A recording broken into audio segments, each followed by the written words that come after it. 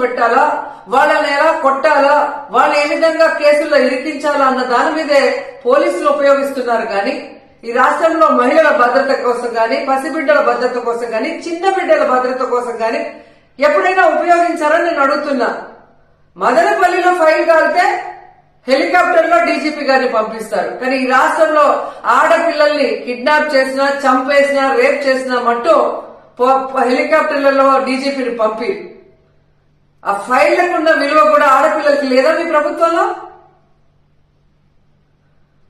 ఈరోజు ఎంత సిగ్గుచేటంటే ముఖ్యమంత్రి గారి సొంత జిల్లా చిత్తూరులోనే ఇలా జరిగిందంటే ఇక రాష్ట్రంలో ఎలాంటి పరిస్థితులు ఉన్నాయో ఒకసారి ఆలోచించండి. మీరే చూసారు, గుడ్లవల్లేరులో 300 మంది ఆడపిల్లలు తమకు అన్యాయం జరుగుతుంది, బాత్రూమ్ లో కెమెరాలు పెట్టారని చెప్పి ఏడిస్తే కూడా వాళ్ళని భయపెట్టి, వాళ్ళని కొట్టి